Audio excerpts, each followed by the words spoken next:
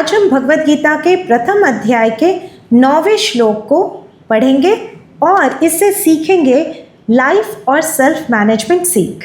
सबसे पहले इस श्लोक को गायन के द्वारा सुनते हैं। अन्ये च बहवः शूरा मदर्थे त्यक्त जीविताः नानाशस्त्र प्रहरणा सर्वे युद्ध विशारदाः। अब इसके एक एक शब्द के अर्थ को समझते हैं।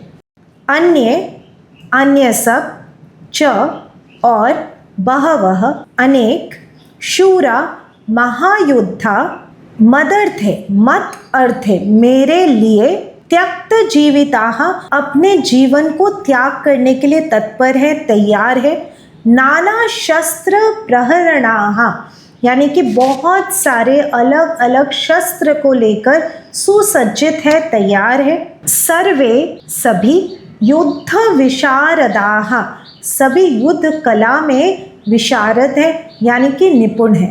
अब इस पूरे श्लोक के अर्थ को हम समझते हैं। अन्य और भी योद्धा है, महायोद्धा है जो कि मेरे लिए अपने प्राण को, अपने जीवन को त्याग करने के लिए तत्पर है, तैयार है। वे सारे अनेक प्रकार के अस्त्र शस्त्र लेकर सुसज्जित हैं और वे सभी युद्ध में विशारद है यानी कि निपुण है। चाहे युद्ध हो या एग्जाम या कोई कार्य, माइंडसेट बहुत इम्पोर्टेंट है। हमारी सोच कैसी है ये बहुत इम्पोर्टेंट है। अब युद्ध शुरू होने से पहले दुर्योधन क्या कह रहे हैं कि मेरे लिए प्राण त्यागने के लिए सभी लोग तैयार हैं, यानी कि दुर्योधन ये समझकर युद्ध करने जा रहे हैं कि उनके लिए सभी लोग प्राण त्यागेंगे यानी कि सब मर जाएंगे, यानी कि दुर्योधन हारेंगे। दुर्योधन लूजिंग माइंडसेट यानी कि हारने की सोच के साथ युद्ध को लड़ने जा रहे हैं। विराट कोहली या धोनी, जिसको भी आप पसंद करते हैं, जो भी क्रिकेटर हैं, वो जब जाते हैं क्रिकेट रूपी युद्ध लड़ने के लिए तो वो अपने आप को बेस्ट प्रिपेयर करके जाते हैं और कहते हैं हम तो जीतेंगे ही जीतेंगे। दूसरी चीज अगर हम देखें, यहाँ पे एक शब्द है मत अर्थे। मत अर्थे त्यक्त जीविताः मेरे लिए प्राण त्यागने के लिए तैयार है। इसमें अहंकार को दर्शाता है। अब दुर्योधन पूरी तरह से अहंकार से ग्रसित थे कि देखो जी, मेरे लिए सभी योद्धा हैं जो कि प्राण त्यागने के लिए तैयार है, देखो मैं कितना इम्पोर्टेंट हूँ। तो आपने देखा होगा ऐसे अहंकारी जो बच्चे होते हैं या बड़े होते हैं, वो क्या कहते हैं, वो कहते हैं अरे तुम्हें नहीं पता मैं कौन हूँ, मेरे एक फ़ोन करने पर या फिर एक बुलावे पर 10 जने आकर मेरे लिए खड़े हो जाएंगे। तो ये अहंकार की भाषा है जो हमेशा नुकसान ही कराता है। हर एक अहंकार के पीछे होता है असुरक्षा की भावना। अब दुर्योधन को कौन सी असुरक्षा थी? दुर्योधन के पास तो इतने सारे योद्धा भी थे, पांडवों से ज़्यादा थे, वो खुद ही 100 भाई थे, पांडव तो 5 ही थे। युद्ध शुरू होने से पहले आपको पता है क्या हुआ? युधिष्ठिर ने ऐलान किया, लास्ट घोषणा, अनाउंसमेंट, कि अभी इस वक्त यानी कि युद्ध शुरू होने से पहले अगर किसी को दल बदलना है, पांडव के किसी योद्धा को कौरव के पार्टी में जाना है, कौरव के किसी योद्धा को पांडव के पार्टी में जाना है, तो अभी कर सकते हो, अभी दल बदल सकते हो।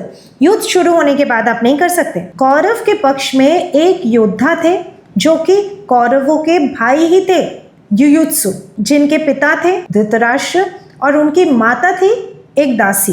तो यानी कि कौरव के भाई हुए। युयुत्सु एक बहुत धर्म प्रिय व्यक्ति थे। वो ये चाहते थे वो करे जो सही हो, ना कि जो लोगों को पसंद आए। कमज़ोर व्यक्ति हमेशा वो करना चाहते जिससे वो अच्छा दिखे, जिससे कि लोगों की तारीफ उनको मिले।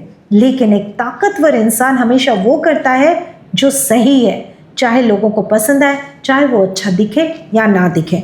युयुत्सु धर्म का साथ देने के लिए वो सीधे कौरवों को छोड़कर पांडव की सेना में आ गए। यहाँ दुर्योधन एक तरह से अपनी इच्छा भी व्यक्त कर रहे हैं कि मैं चाहता हूँ कि तुम लोग मेरे लिए प्राण दो। तो जो इगोइस्टिक व्यक्ति होगा उनको हमेशा लगेगा कि दूसरे उनके लिए करें। ऐसे व्यक्ति का साथ देने से आप हमेशा नुकसान में रहेंगे, जीवन में हमेशा आपको हार ही मिलेगी। इसलिए ऐसे व्यक्ति से हमेशा दूरी बनाए रखना जरूरी है।